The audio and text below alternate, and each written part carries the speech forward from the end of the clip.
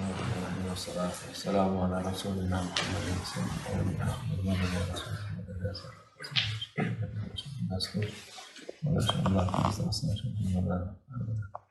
طريقة مع الصحبة والخير في الجميع.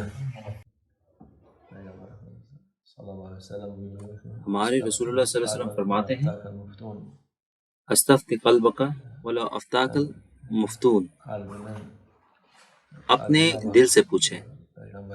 کہتے ہیں رسول اللہ صلی اللہ علیہ وسلم جب کوئی مسئلہ پیش آئے تو چاہے آپ سب کی رائے لے چکے ہوں پھر بھی آپ اپنے دل سے پوچھیں، جو بھی وہ کہے ویسا کریں۔ ہر دفعہ دوسروں کی رائے پر چلنا یہ صحیح نہیں ہوتا۔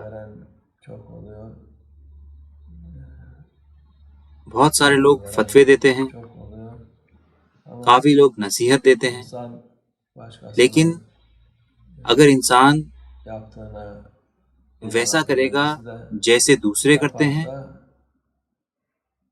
اور چاہے اسے لگے کہ وہ صحیح بھی کر رہا ہو،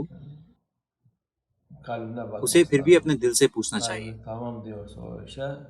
اگر اس کا دل مطمئن ہے اس سے تو ٹھیک ہے، اگر نہیں تو اسے ایسا نہیں کرنا چاہیے۔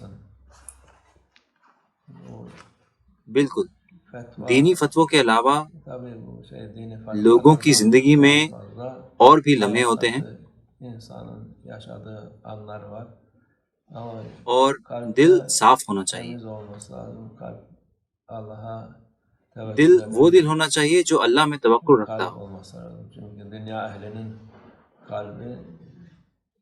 دنیاوی لوگوں کے دل ہمیشہ فتوے دیتے رہتے ہیں ان کے خواہشات اور نفس کے حساب سے، وہ ہو سکتا ہے غلط ہو۔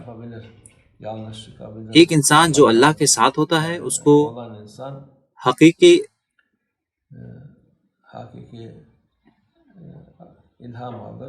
الہام ہوتا ہے اور وہ صحیح چیز کرتا ہے، لیکن نقلی الہام جسے ہوتا ہے وہ کرتا ہے جو کہ دوسرے کر رہے ہوتے ہیں، یہ سوچتے ہوئے کہ دوسروں نے ایسا کیا تو یہ صحیح ہی ہوگا۔ یہ چیز غلط ہے، یہ ہر طرح سے ہر لحاظ سے ایسا ہی ہے۔ اللہ نے لوگوں کو دل اور دماغ دیا ہے، ایک انسان کو ان دونوں کو استعمال کرنا چاہیے، حقیقی راستہ ڈھونڈنا چاہیے اور صحیح چیز کرنی چاہیے۔ ہمیں ایسا ہی نہیں کرنا چاہیے جیسے کہ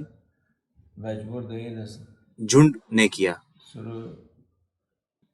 اس کو وہ جھنڈ کی سائیکالوجی کہتے ہیں، یعنی کہ بھیڑ کی نفسیات۔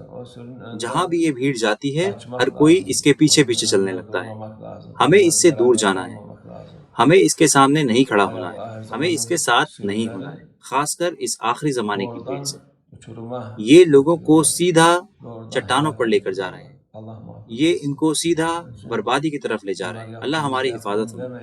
اس لیے ایسا نہ کہیں کہ انہوں نے ایسا کیا تو ہمیں بھی ایسا کرنا چاہیے۔ ہر چیز کو اپنے دل اور دماغ سے دیکھیں۔ اللہ ہمیں حقیقی الہام اور ہمارے دلوں میں نور عطا فرمائے جس سے کہ ہم سچائی اور اچھائی دیکھیں انشاءاللہ۔